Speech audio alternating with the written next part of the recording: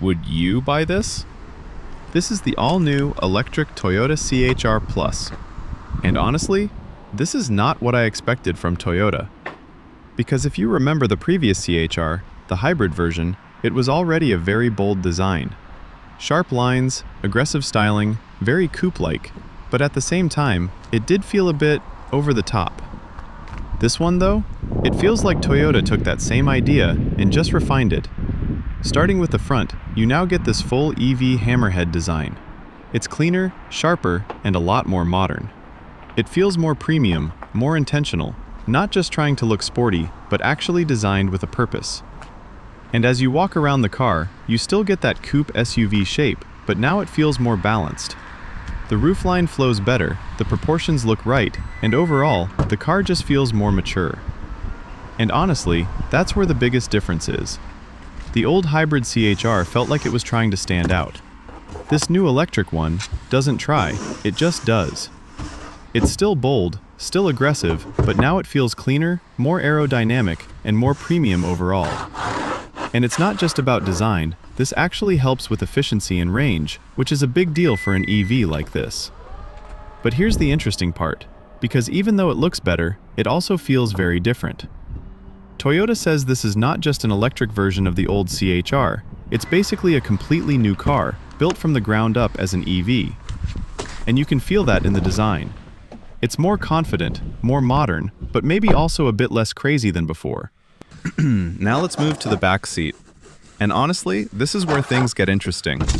One thing I really like, the windows actually open fully, and in a coupe-style SUV like this, that's a really nice and practical detail. Now, with this kind of sloping roofline, you'd expect it to be tight, and to be fair, it is a little bit.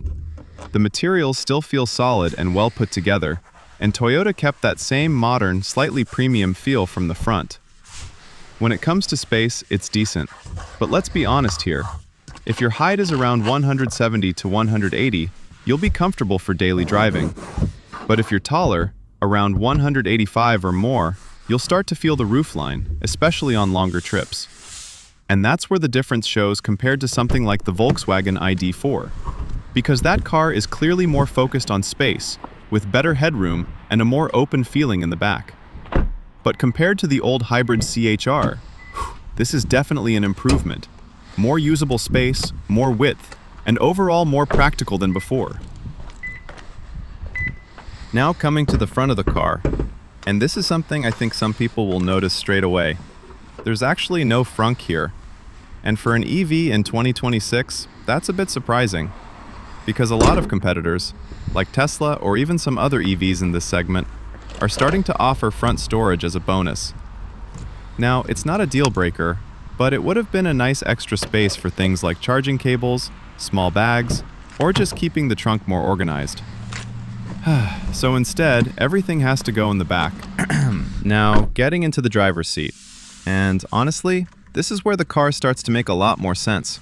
Because from the outside, it looks sporty and a bit aggressive, but inside, it's actually very calm and very usable. Now let's talk about the steering wheel, and this is something I really like.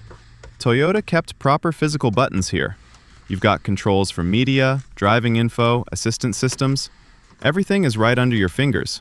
And honestly, in 2026, that's becoming more and more important. Because if you compare it to something like Tesla, where everything is inside the screen, this just feels easier to use while driving. You don't have to look away. You don't have to think too much. It just works. Now, right in front of you, you've got the driver display. It's clean, simple, and gives you all the important information without trying to do too much. And then, in the middle, you've got the main infotainment screen. This is really the center of everything. Navigation, media, car settings, all controlled from here. When it comes to materials, this is another area where Toyota improved things. Everything feels solid, well put together, and more refined than before. It's not luxury level like a premium German brand, but it definitely feels like a step up from the old CHR. You can tell Toyota is trying to make this feel more mature, more modern, and more aligned with EV expectations. In terms of space, the driver area feels comfortable and easy to live with. There's enough room around you, the layout makes sense, and nothing feels cramped. The center console is also nicely positioned, giving you easy access without feeling cluttered. So overall, this feels like a car you could drive every day without any stress. Now, one thing to note, the sunroof. You do get a glass roof, which adds a lot of light into the cabin and makes the space feel more open. But it doesn't actually open. You can slide the shade to control the light, but the glass itself stays fixed. So you get the airy feeling, but not that full open roof experience. And depending on what you expect, that might matter to you. Straight away, the driving position feels good. You sit slightly lower than an SUV, but still higher than a normal hatchback, so it's kind of a mix between sporty and practical. Visibility is also better than I expected, especially considering that sloping roofline. And once you start moving, this is where the car really comes together. Because being built as a proper EV, the battery sits low in the floor, which helps with stability, and you can feel that straight away. The car feels planted, smooth, and very easy to drive.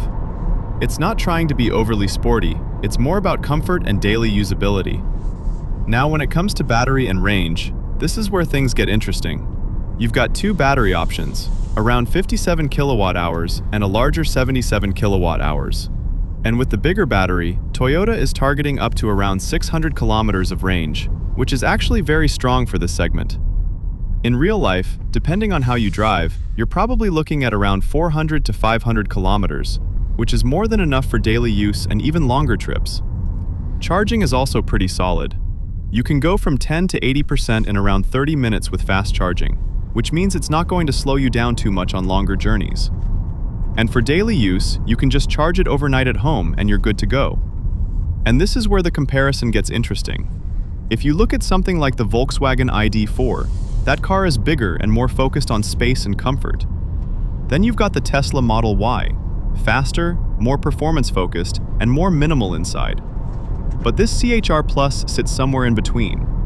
Not the biggest, not the fastest, but very balanced. So the way I see it, this is not a car built to excite you when you push it. It's built to make your daily driving easier, smoother, and more efficient. So tell me in the comments, would you take something like this over a Tesla Model Y or ID.4? Or do you still want something faster or bigger?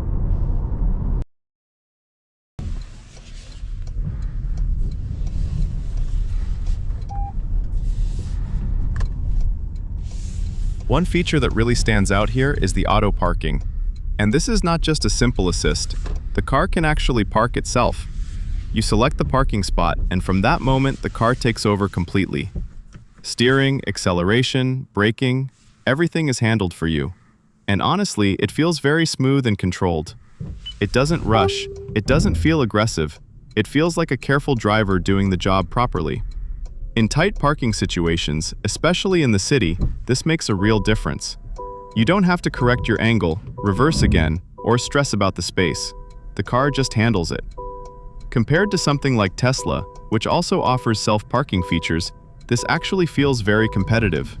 It's not just assisting you, it's doing the full job, and that's what most people expect from a system like this. And honestly, this is one of those features that once you start using it, it's hard to go back. So tell me in the comments, would you trust the car to park itself like this? Or do you still prefer doing it on your own?